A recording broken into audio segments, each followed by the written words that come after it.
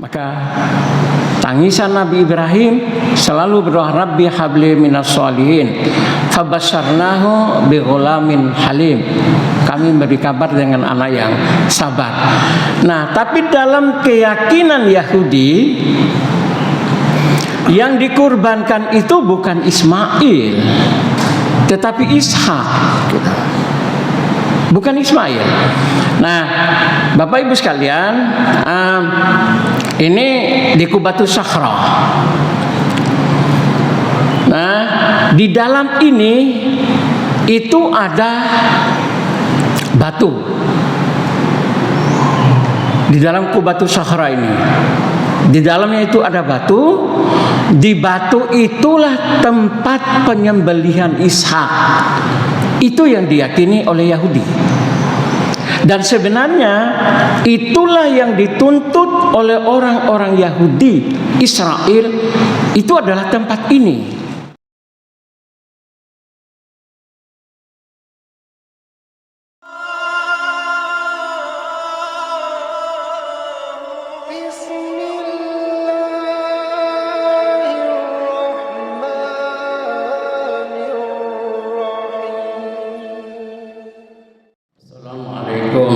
Warahmatullahi wabarakatuh.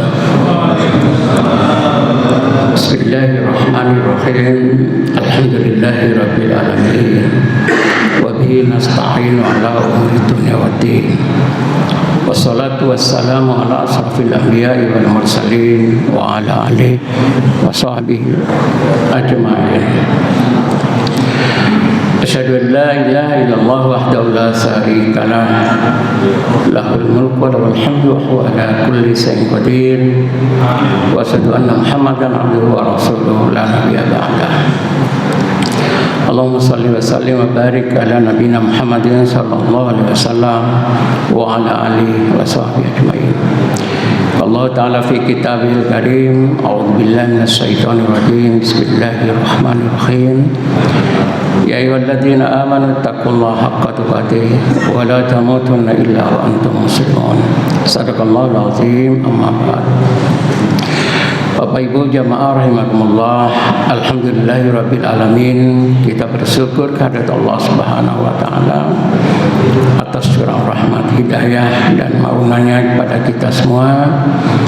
Terutama di pagi hari ini kita dalam keadaan iman Islam sehat dan diberi kesempatan oleh Allah untuk hadir di masjid yang kita cintai ini dalam rangka untuk beribadah kepada Allah, untuk takarub kepada Allah, untuk istighfar dan berdoa kepada Allah. Sekaligus kita lanjutkan dengan talabul ilmi. Mudah-mudahan apa yang kita lakukan ini diridhoi dan dirahmati oleh Allah Subhanahu wa taala. Salawat dan salam kita haturkan kepada junjungan besar Muhammad sallallahu alaihi wasallam, sekeluarga, sahabat dan pengikutnya sampai akhir zaman. Bapak Ibu sekalian, saya diberi topik adalah sejarah kurban dari masa ke masa. Nah, korban itu tentu saja diawali dari manusia pertama, yaitu Adam dan Hawa. Adamlah sebagai Homo sapiens pertama, jadi manusia yang berakal. Walaupun sebelum Nabi Adam itu sudah ada makhluk yang kejam, yang saling menumpah darah. Karena itulah malaikat protes kepada Allah ketika Allah ingin menciptakan Adam. Wa idz qala rabbuka lil malaikati inni ja'ilun fil ardi khalifah qalu ataj'alu fiha man yufsidu fiha wa yasfiku ad-dima wa nahnu nusabbihu bihamdika wa nuqaddisu lak qala inni a'lamu ma la ta'lamun. Karena sifat malaikat itu dia akan tahu kalau sudah diberitahu atau sudah pernah melihat sebuah kejadian. Lah tentu saja malaikat protes itu karena dia sudah tahu bahwa manusia itu adalah saling menumpah darah. Nah, karena itu di dalam guyonan orang Afrika bahwa keturunan Adam itu yaitu orang yang kulit putih itu, kulit hitam. Sementara keturunan makhluk-makhluk yang jahat yaitu yang berwarna putih. Jadi masih dianggap bahwa makhluk sebelum Nabi Adam itu juga menurunkan keturunan. Apalagi kalau kita ikuti misalnya dengan teori evolusinya Darwin. Tapi kalau kita berpedoman kepada Al-Quran surat An-Nisa ayat 1, ya ayuhan nas inna khalaqnakum min dzakarin wa untha wa ja'alnakum syu'uban wa qabaila ya ayuhan nas inna khalaqnakum min dzakarin wa untha ya ayuhan nas taqu rabbakumul ladzi khalaqakum min nafsin wahidah wa khalaqa minha zawjaha wa batha minhuma rijalan katsiran wa nisaa wattaqullaha alladzi tasaaluna bihi wal arham innallaha kana 'alaikum raqiba. Jadi manusia, bertakwalah kepada Tuhanmu yang menciptakan kamu dari diri yang satu, yaitu Adam, dan Allah menciptakan pasangannya Hawa, dan dari keduanya Allah memperkembangkan laki dan perempuan.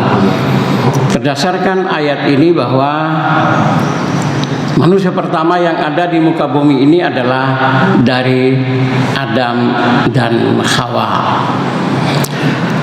Tapi karena Adam dan Hawa yang diciptakan kalau di dalam perjanjian lama dan baru itu adalah di Taman Eden, yaitu surga. Apakah surga yang kekal, yang abadi itu surga yang dimaksud yang ditempati oleh Adam dan Hawa, ataukah itu surga di dunia? Itu menjadi perdebatan para ulama. Tapi kalau kita melihat sejarah sebelum Nabi Adam diwafatkan, itu beliau meminta buah dari taman surga sebelum beliau wafat. Itu menunjukkan bahwa surga yang ditempati oleh Nabi Adam itu bukanlah surga yang kekal, yang diciptakan oleh Allah untuk hamba-hambanya setelah kiamat nanti. Karena itu ada yang menyebut surganya Nabi Adam itu adalah taman, dari taman-taman yang indah yang ada di muka bumi. Wallahu a'lam, itu menjadi perdebatan. Nah, kemudian Nabi Adam dan Hawa karena melakukan sebuah pelanggaran, maka diturunkan di muka bumi. Adam, hampir semuanya sepakat itu bahwa Adam itu diturunkan di Sri Lanka, sementara Ibu Hawa diturunkan di Jeddah. Sekitar 90 tahun mereka terpisah, kemudian bertemu di Padang Arafah, yaitu di Jabal Rahmah, yang sebentar lagi para jamaah haji kita tanggal 8 akan menuju Arafah untuk wukuf tanggal 9. Di atas bukit Jabal Rahmah itu sekarang dibuat ada tugu pertemuan Adam dan Hawa. Nah, setelah itu baru mereka berdua ini bersatu dan berkumpul. Pertanyaan lanjutannya adalah di mana Adam dan Hawa itu hidup? Apakah di daerah Makkah? Madinah atau di daerah mana. Kalau melihat kisah ini, bahwa Adam memerintahkan Kabil dan Habil untuk berkorban, yaitu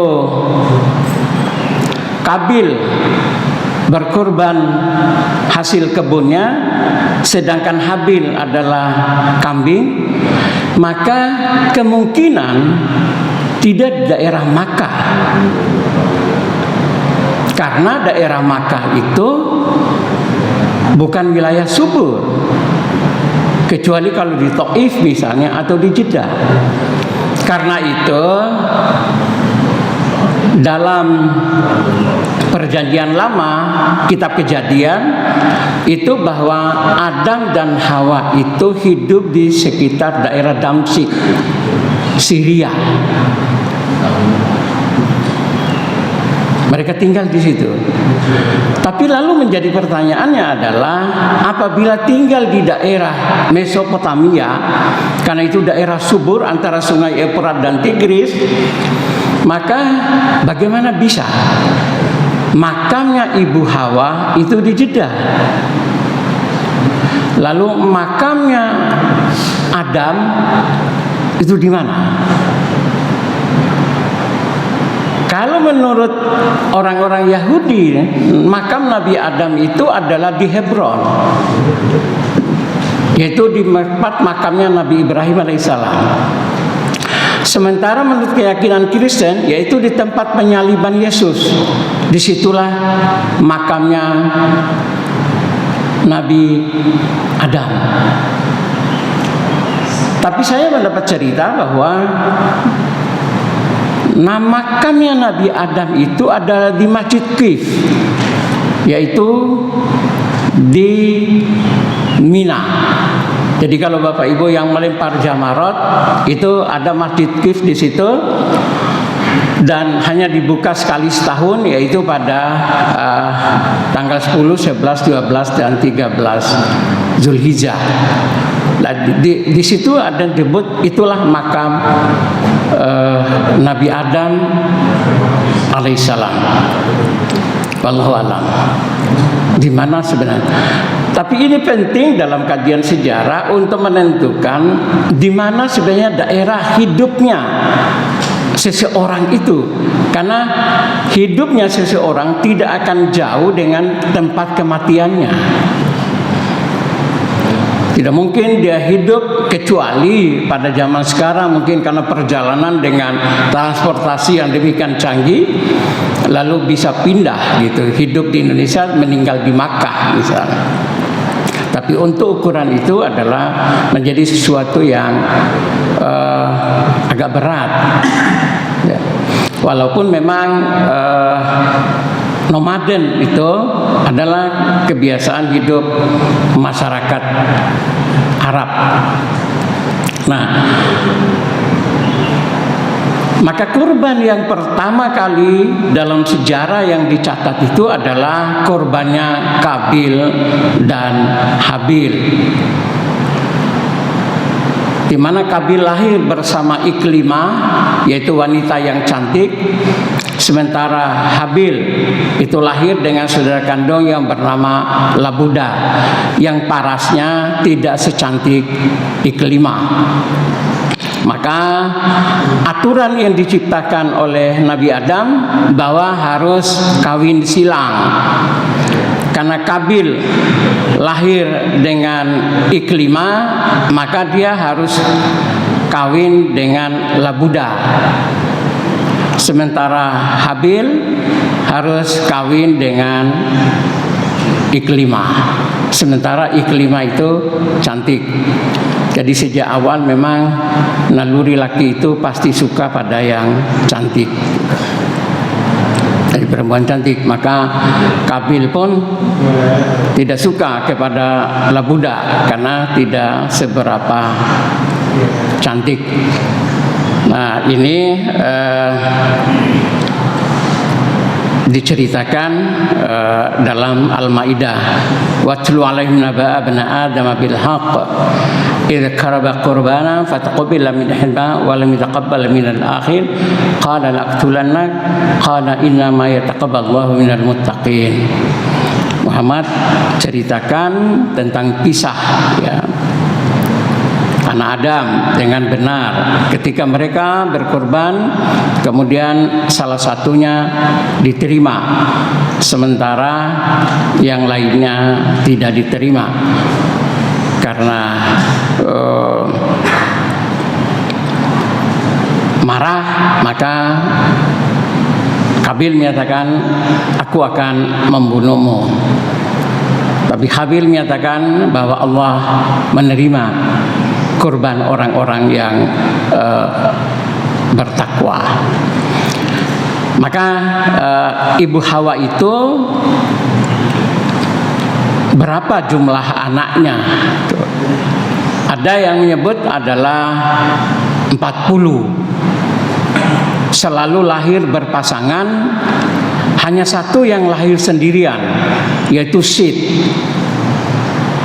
Nabi Sid itu, tapi tidak wajib untuk diketahui itu. Tapi Sid itu adalah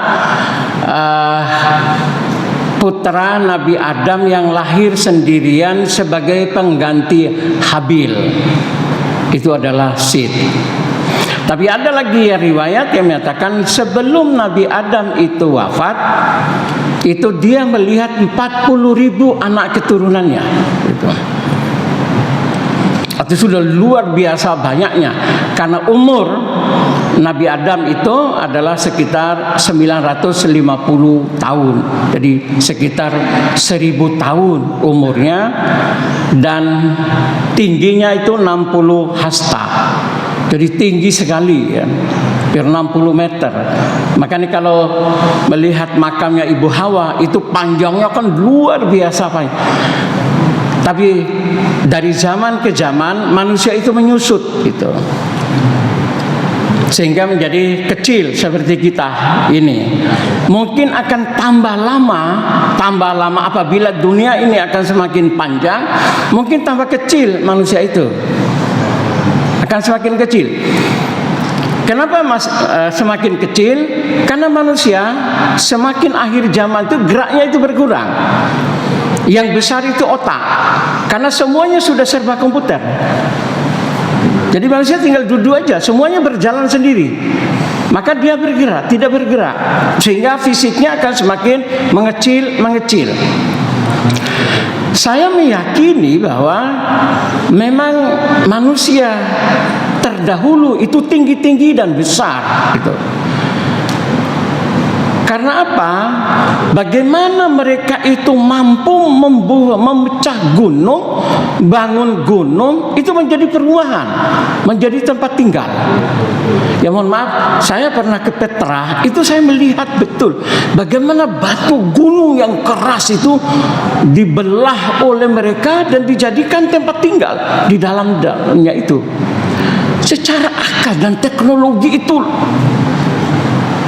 hampir susah bagi gunung sekian luas itu, hampir satu kota itu dibangun tempat tinggal, dipahat gitu. Jadi tiang-tiang besar itu dipahat, itu luar biasa. Di Ula juga misalnya sekitar 500 kilo dari Madinah, itu juga batu-batu itu dipahat di tempat tinggal. Loh, kalau kita, menurut saya fisik manusia seperti kita, hampir mungkin tidak mungkin itu bisa membuat itu. Zaman Fir'aun saja misalnya, bagaimana bisa membuat piramid yang batu-batu besar yang disusun kemudian naik ke atas dengan sekian banyak. Itu berarti memang fisik manusia pada zaman itu adalah di atas fisik kita, dan kekuatan mereka adalah di atas kekuatan mereka. Makanya bukan mitos misalnya kalau Nabi Adam itu tingginya sampai 60 hasta itu. dengan fakta-fakta sejarah yang ditinggalkan itu. Nah, tanda kurban, jika kurban mereka diterima, maka persembahan kurbannya akan disambar oleh api yang turun dari langit, sebagai pendapat mayoritas ahli tafsir. Jadi kurbannya Habilah yang diterima. Karena itu Kabil menyatakan, ana ahaqqu biha wa ahaqqu bi akhti, falaysa hadza minallahi ta'ala wa innama huwa ra'yuka. Jadi Habil, seharusnya saya yang mendapatkan iklimah itu, dan Habil harus mendapatkan labuda. Ini bukan dari Allah perintah ini, aturan ini, tetapi ini adalah pendapatnya Adam. Karena itu dia menerima. Maka sebagian ulama tafsir menyatakan, kenapa Kabil itu membunuh Habil itu bukan karena kurbannya tidak diterima, tetapi karena dia protes terhadap pendapat bapaknya Nabi Adam yang mengawinkan dia dengan labudah. Ya. Wallahu a'lam. Tapi yang diyakini oleh kita berdasarkan firman kitab suci ini, bahwa kurbannya Kabil itu tidak diterima, kurban Habilah yang diterima. Kenapa kurban Habil diterima? Karena Habil berkorban dilandasi oleh ketakwaan kepada Allah Subhanahu wa Ta'ala. Maka dia memberikan yang terbaik gitu sebagai syarat kurban itu. Nah, lalu kurban itu berkembang di dalam perjalanan umat manusia. Memang kurban ini adalah ibadah yang tertua, gitu. Ibadah yang tertua, ya. Jadi dalam agama-agama Dominik itu ada agama yang penuh dengan ketakutan, yaitu bangsa Yunani kuno, Mesir kuno, Kan'an, termasuk di Hindia, bahwa kurban itu dipraktekkan untuk disembahkan kepada dewa-dewa. Nah, di samping kurban hasil cocok tanam, tetapi juga kurban manusia. Jadi setiap tahun kadang di Sungai Gangga itu dipilih gadis-gadis cantik untuk dilempar ke Sungai Gangga sebagai kurban. Tapi dalam agama Dominik ini, bahwa kurban itu adalah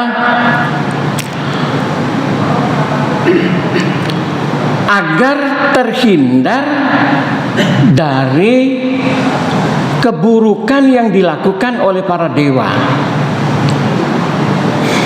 Kadang-kadang juga mereka korban adalah untuk mendapatkan kekuatan, untuk balas dendam, dan untuk orang lain mengalami penderitaan. Motivasi kurbannya itu. Jadi sebuah keyakinan bahwa Tuhan itu jahat. Itu banyak diyakini oleh bangsa-bangsa kuno, gitu.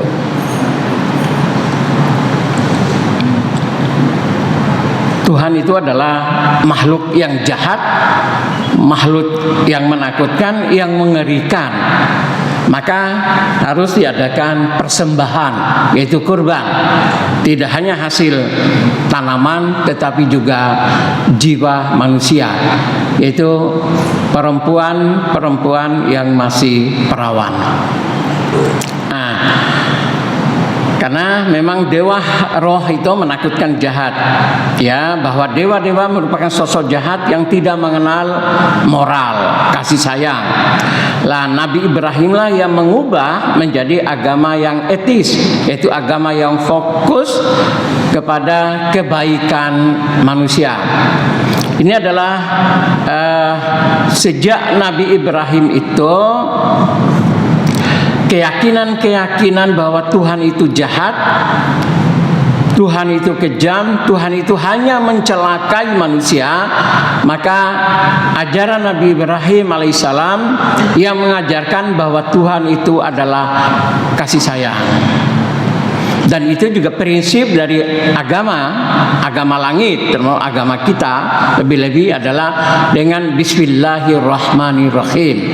Seluruh yang ada ini adalah dalam rangka kasih sayang Rahman dan Rahimnya Allah. Maka Nabi Ibrahim sukses mengakhiri kurban manusia, lalu digeser ke kurban binatang.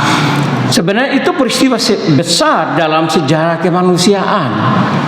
Yang sebelumnya adalah kurbannya adalah manusia-manusia, maka Nabi Ibrahim lah berdasarkan perintah Allah bahwa tidak lagi manusia yang dikorbankan, tetapi adalah binatang, hewan. Jadi agar manusia berhenti mengorbankan manusia sebagai subjek korban. Karena apapun masalah itu pasti manusia yang akan dijadikan kurban.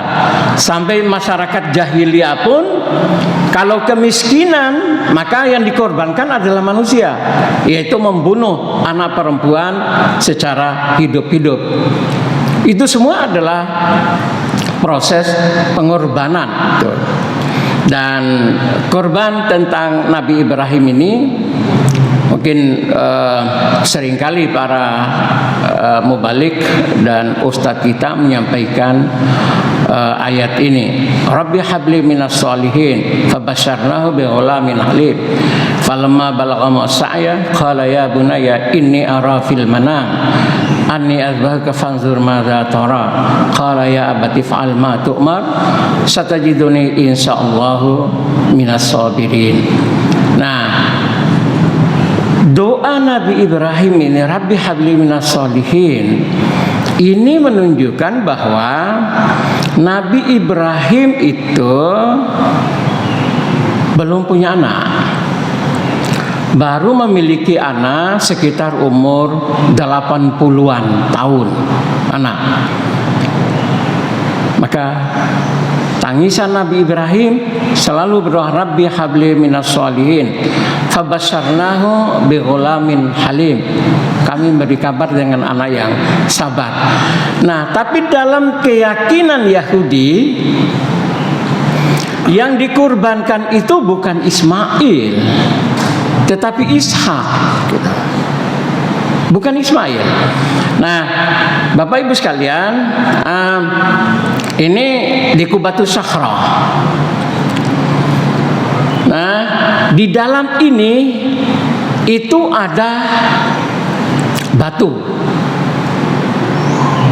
Di dalam Qubatus Sakhra ini, di dalamnya itu ada batu.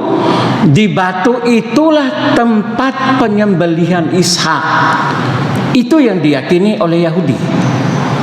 Dan sebenarnya itulah yang dituntut oleh orang-orang Yahudi Israel, itu adalah tempat ini.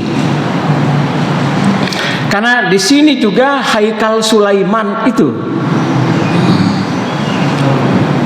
Maka Bapak Ibu sekalian, kalau orang Yahudi datang ke sini, itu mereka tidak berani membelakangi tempat ini. Jadi mereka datang menghadap tempat ini, kemudian kalau pulang itu jalan mundur, tidak berani mutar balik. Jangan sampai belakang, mohon maaf, pantat mereka itu berhadapan dengan batu ini, as-sakhra itu.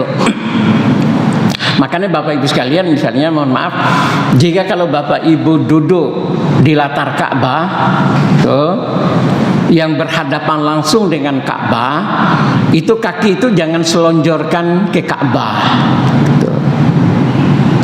Tetapi jika Bapak Ibu misalnya ingin rebahan, maka rebahannya jangan sampai kaki itu, misalnya ini Ka'bah, rebahan kakinya itu ke Ka'bah itu. tetapi kiri atau kanan, sehingga kaki kita itu tidak langsung ke Ka'bah. Walaupun Ka'bah itu adalah hanya sebuah bangunan, tetapi di situ ada nilai kesucian, nilai kemuliaan tempat itu. Sehingga jangan sampai ada kawan saya dulu, ini kan hanya budaya gitu, hanya budaya. Kemudian sahabat ini kemudian lalu menulis la ilaha illallah gitu. Karena itu tulisan, maka dia jatuhkan tulisan itu lalu dia injak dengan kaki. Toh ini kan hanya sebuah tulisan saja, tidak bermakna. Lah itu secara cara berpikir yang tidak berperadaban itu. Memang itu tulisan hanya budaya tangan manusia, tetapi di balik itu ada nilai yang mulia, nilai yang tertinggi. Mohon maaf, sama juga misalnya dengan Al-Quran. Quran itu hasil budaya, hasil kebudayaan, hasil tulisan, hasil percetakan. Tetapi di balik catatan itu ada kemuliaan, maka kita hormati gitu. Maka jangan sampai Al-Quran itu kita letakkan di bawah, kemudian mohon maaf misalnya, karena itu hanyalah warisan budaya, itu lalu kita injak, kita lempar, kita buang dan sebagainya. Nah, maka itu juga keyakinan orang-orang Yahudi itu. Di batu ini mereka nggak berani, padahal itu batu itu. Tapi di batu itu ada tempat yang mulia, yaitu dalam keyakinan mereka adalah tempat dikurbankannya Ishak. Tetapi kalau bagi orang Islam, di dalam batu itu adalah disitulah tempat mi'rajnya Rasul SAW. Dan dibuka tempat nginjaknya Rasul itu, kalau dibuka pada tanggal 27 bulan Rajab, itu dikunci. Memang tempat kakinya Rasulullah itu menginjak, tempat Rasulullah menginjakkan kakinya itu ditutup dengan pintu, dikunci dan dibuka pada tanggal itu. Dan di celah-celah batu itu masih ada rambut Rasulullah yang jatuh. Dan di batu itu juga ada lubang yang berisi sekitar 12 orang. Kalau ceritanya karena batu itu ingin ikut Rasulullah waktu Mi'raj, maka ditarik oleh malaikat, maka menjadi lubang gua cukup untuk 12 orang untuk sholat di dalam. Lah itu wallahu alam itu gimana kejadian di batu. Memang gua ya, bisa pakai sholat, bisa ngaji di dalamnya masuk, dan di sampingnya itulah tempat Rasulullah Mi'raj ke Sidratul Muntaha itu. Nah, kemudian kalau dalam Islam keyakinan kita adalah di Mina ya.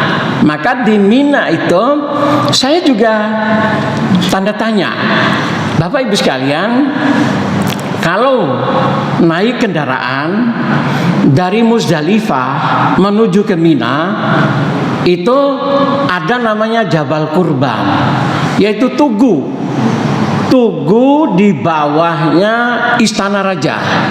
Sebelum ke Mina, itu sudah masuk di wilayah Mina, tapi belum di Jamarot. Itu ada tugu, dan semuanya itu setiap mutawif di sana itu mengabarkan, disitulah tempat Nabi Ibrahim itu menyembelih Ismail, yaitu di tugu kurban. Ceritanya dulu itu ingin dihancurkan, itu tidak bisa-bisa katanya. Lah tapi saya melihat tuh antara tubuh kurban dengan Jamarot itu jauh gitu. Bagaimana ya prosesnya itu? Nabi Ibrahim mengorbankan, menyembelih dalam tanda kutip, karena tidak disembelih Ismail itu, diganti dengan kibas.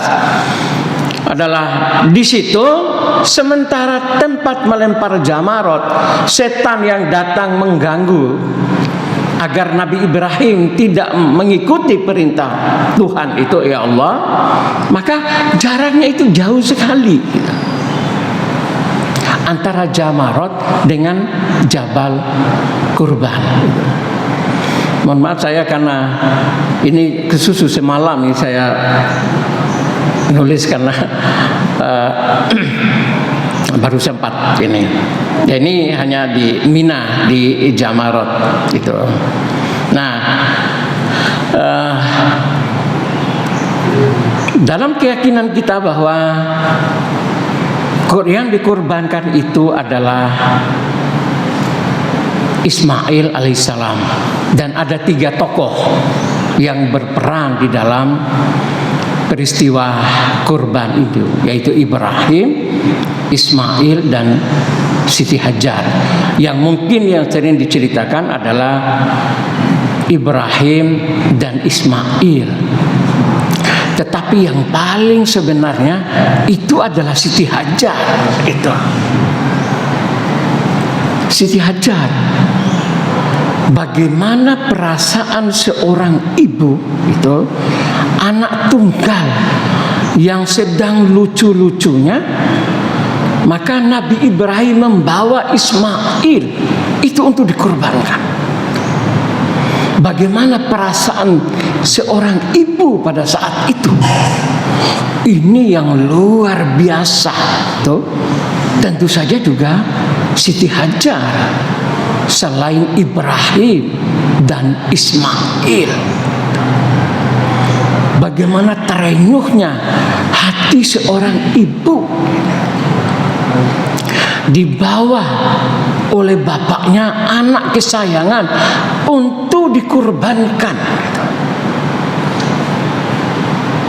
Makanya sampai Ismail menyatakan,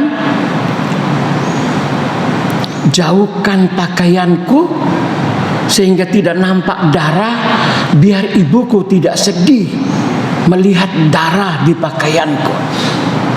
Itu luar biasa menurut saya, hati seorang ibu merelakan anaknya juga untuk dikorbankan. Makanya pertanyaannya adalah, mengapa 3 orang ini begitu patuh dan tunduk kepada perintah Allah yang menurut akal dan logika sekarang itu hampir-hampir tidak masuk di akal itu. Bagaimana anak kesayangan, anak yang didambakan, sekarang sudah sedang lucu-lucunya, sedang bermain bersama, lalu dikorbankan. Itu luar biasa itu. Tapi karena itu adalah Halilullah, kekasih Allah gitu, dia mengutamakan kepatuhan terhadap Allah daripada dirinya sendiri. Maka ahli syariat menyamakan Ismail itu adalah simbol-simbol kecintaan terhadap dunia. Maka demi Allah, maka apapun yang ada di dunia itu, jika itu perintah Allah, itu dikorbankan demi ketaatan dan ketunduan kepada Allah. Oke. Nah, kemudian kurban pada masa jahiliyah itu, kalau pada masa jahiliyah kurban itu disembahkan untuk berhala. Yang mereka ada binatang yang disembelih untuk berhala, dan ada binatang yang dilepas bebas berkeliaran, tapi juga itu untuk berhala, yaitu basira, saibah, wasilah, dan ham.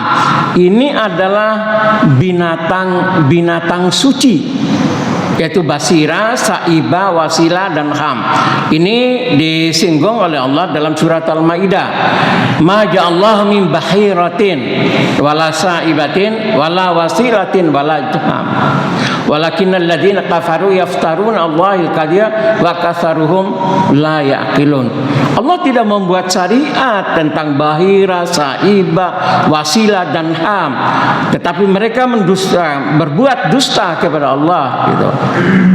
Dan kebanyakan mereka adalah tidak berakal. Ini keyakinan orang-orang jahiliyah bahwa ada binatang-binatang tertentu ya yang namanya itu bahira. Ya, ini kalau bahira itu adalah onta yang dibelah telinganya sebagai tanda bahwa hewan itu telah disucikan, tidak boleh digunakan untuk keperluan apa-apa. Ada juga yang menyatakan yang disebut dengan bahira itu adalah onta yang sudah melahirkan anak perempuan 4 kali berturut-turut. Lalu anak kelima itu laki, itulah disebut bahira. Maka onta seperti itu kemudian dibelah telinganya, tidak boleh dipakai untuk apa-apa, tidak boleh dinaiki, dia dianggap binatang yang suci. Kalaupun nanti dikorbankan, itu dikorbankan hanya dikorbankan untuk berhala, darah-darahnya diusapkan ke patung-patung itu bahira namanya. Nah, kalau saibah itu seekor kambing betina yang melahirkan 6 ekor anak betina gitu.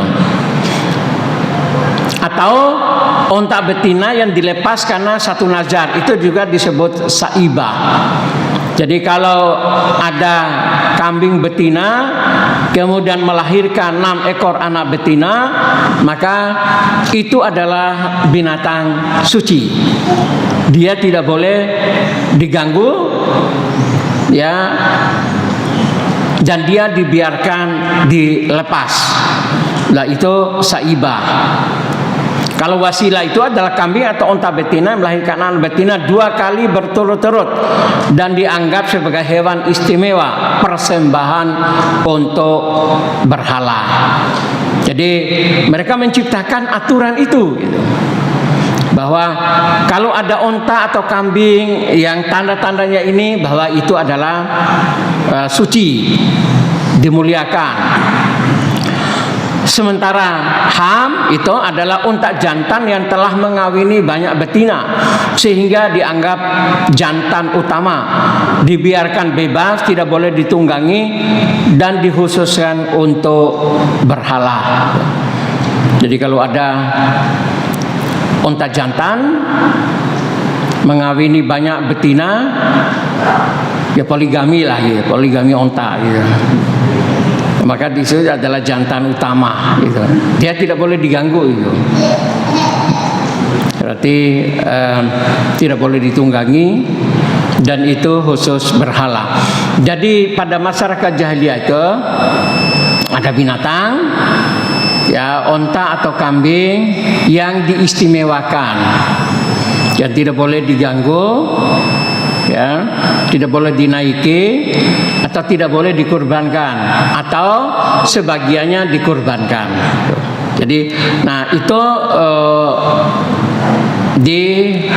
tidak ada lagi setelah Islam itu datang. Ada binatang-binatang tertentu yang diistimewakan.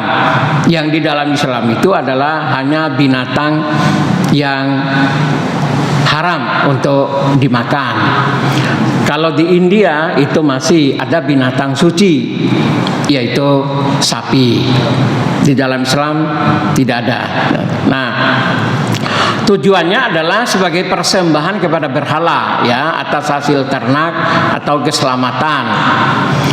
Bahwa hewan-hewan itu membawa keberkahan ya, dan jika dimanfaatkan akan membawa bencana. Makanya hewan-hewan tadi itu bahira, wasilah, ham dan sebagainya itu tidak boleh diganggu, sebab kalau itu dimanfaatkan, dinaiki atau untuk membawa barang, maka akan membawa kecelakaan, bencana bagi masyarakat.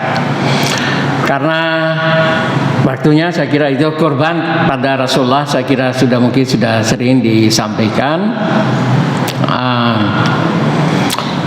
Terakhir terakhir ya, pada peristiwa Haji Wada, yaitu pada 10 Hijrah, menyembeli 100 ekor onta ya, 60 ekor diantaranya disembeli dengan tangannya sendiri dan sisanya disembeli oleh Sayyidina Ali. Itu juga menggambarkan bahwa berarti Rasulullah itu kaya ya. Jadi beliau adalah seorang yang kaya raya. Kalau disebut Rasulullah itu miskin, itu adalah pada saat berada di Makkah. Tapi begitu setelah di Madinah, karena ghanimah, harta rampasan perang itu 1/5 itu masuk kepada Rasulullah SAW.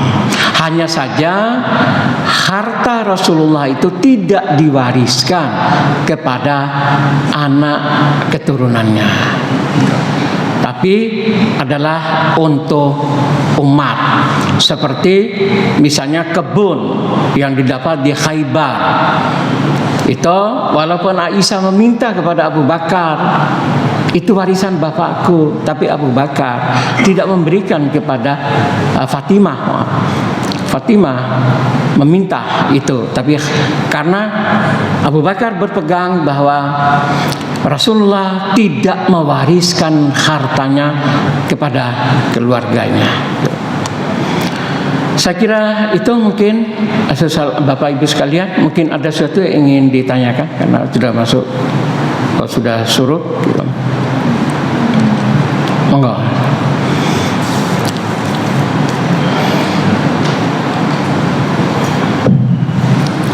Assalamualaikum warahmatullahi wabarakatuh. Waalaikumsalam. Dari penyampaian Ustaz tadi terkait korban dari masa-masa di sebelumnya itu kan, mengapa hampir semua tradisi spiritual tadi mengisyaratkan bahwa korban itu untuk mencapai tingkatan spiritual yang lebih tinggi, dan juga ada yang mewujudkan bahwa itu bentuk transaksional terhadap Sang Pencipta agar memperoleh sesuatu yang lebih baik. Nah, bagaimana kita bisa menyikapi bahwa nilai korban ini tidak hanya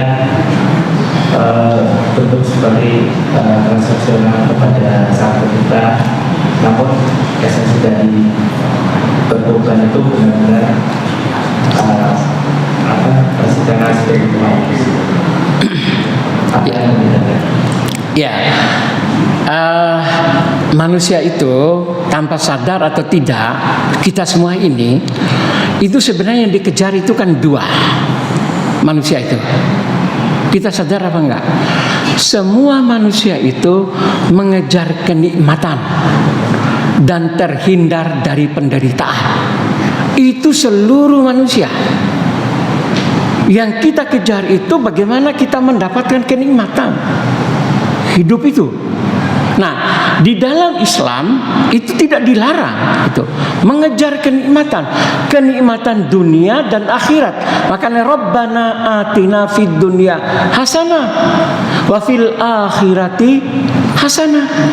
Jadi seluruh manusia, makanya termasuk ibadah yang kita lakukan itu adalah untuk meraih kenikmatan. Tapi bukan hanya kenikmatan dunia, tetapi yang paling itu adalah kenikmatan akhirat. Seluruh manusia itu cari jabatan, cari pangkat, itu untuk mendapatkan kenikmatan. Dan apa? Terhindar dari penderitaan. Jangan sampai kita ini hidup itu mengalami penderitaan. Jangan sampai. Nah, maka apapun yang kita lakukan itu adalah mendapatkan kenikmatan, tapi kenikmatan akhirat dan duniawi. Nah, tapi yang paling tinggi di dalam tradisi kesufian bahwa bukan lagi persoalan kenikmatan, dunia dan penderitaan, yang dikejar itu adalah ridha Allah. Maka bagaimana kita melakukan itu, kurban atau apa saja, itu semata-mata untuk mendapatkan ridha Allah, bukan lagi persoalan kenikmatan dan penderitaan. Maka Rabi'ah Al-Adawiyah itu seorang mahasufi perempuan. Saya beribadah bukan karena mengharapkan surga. Kalau karena saya mengharapkan surga, bakarlah surga itu. Dan saya bukan karena takut kepada neraka. Saya beribadah semata-mata karena cinta kepada Allah, semata-mata karena mengharapkan ridha Allah. Maka kita awali semua yang kita lakukan itu adalah bukan karena mendapatkan kenikmatan dan terhindar dari penderitaan, tetapi dilakukan ini semata-mata agar diridhoi oleh Allah. Ridho. Tapi bisa mencapai itu adalah setelah tidak ada lagi nafsu amarah, nafsu lawamah, yang bisa itu, ya ayatuhan nafsul mutmainnah, irjila rabbiki radiyatan mardiyah fadkhuli fi ibadi wadkhuli jannati. Nafsu mutmainnah. Mungkin nafsu mutmainnah itu paling nggak mungkin ya umur 70-an ya. Sudah tidak mikir lagi dunia itu. Tapi kita selalu berusaha, sepanjang ini nafsu kita adalah nafsu mutmainnah, maka kalau sudah mencapai nafsu mutmainnah itu ridho dan diridhoi. Apapun yang ditimpakan oleh Allah itu adalah ridho. Itulah yang terbaik. Walaupun itu kematian, walaupun itu penderitaan, sakit, jatuh, bangkrut dan lain sebagainya, naudzubillah min dzalik, bisa terjadi. Tapi itu semua adalah kebaikan untuk aku. Itulah nafsu mutmainnah, dan itu tidak mudah sekarang, tidak gampang. Masih ada atau enggak?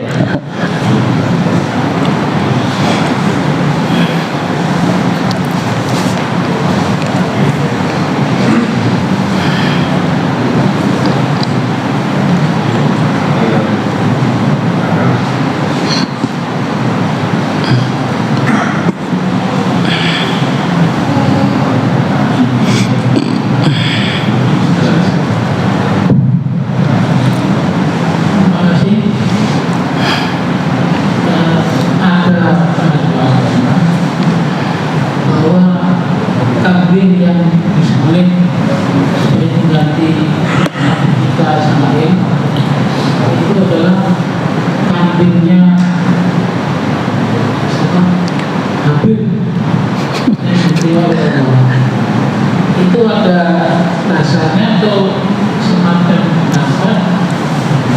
Sebab kalau itu sebuah pendapat, apa iya Allah sudah bisa bikin kampung baru, depan tapi itu menjadi Nabi Ismail? Iya, terima kasih. Itu semua adalah dikategorikan di dalam ilmu sejarah itu bukan peristiwa faktual, ya. Karena yang pertama mungkin urutan peristiwanya itu jauh. Kalau di dalam kitab-kitab tafsir itu kan diceritakan, kan begitu Nabi Ismail sudah dibaringkan, kemudian disembelih, itu juga tidak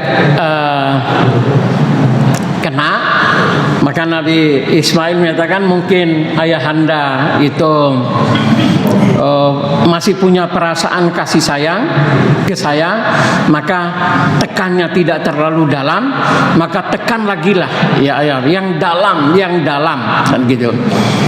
Kemudian lalu fadzabnahu bidzabhin adzim gitu.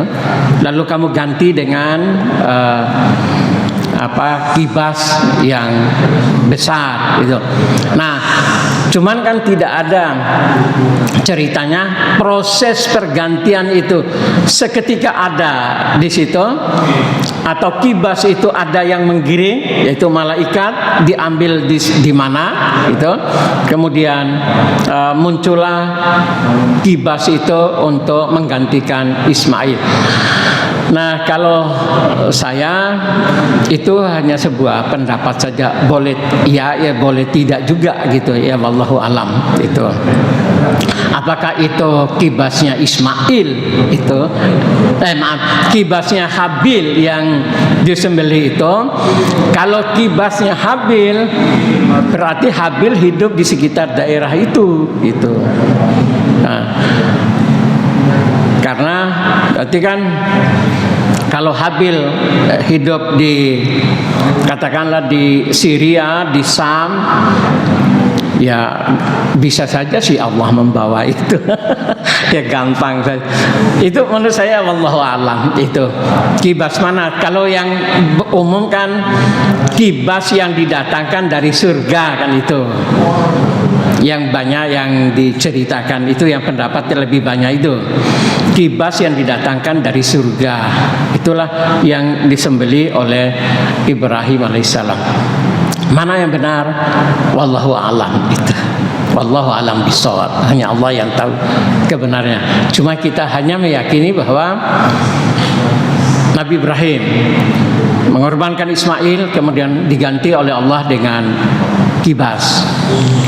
Itu yang kibasnya dari mana? Wallahu a'lam bishawab.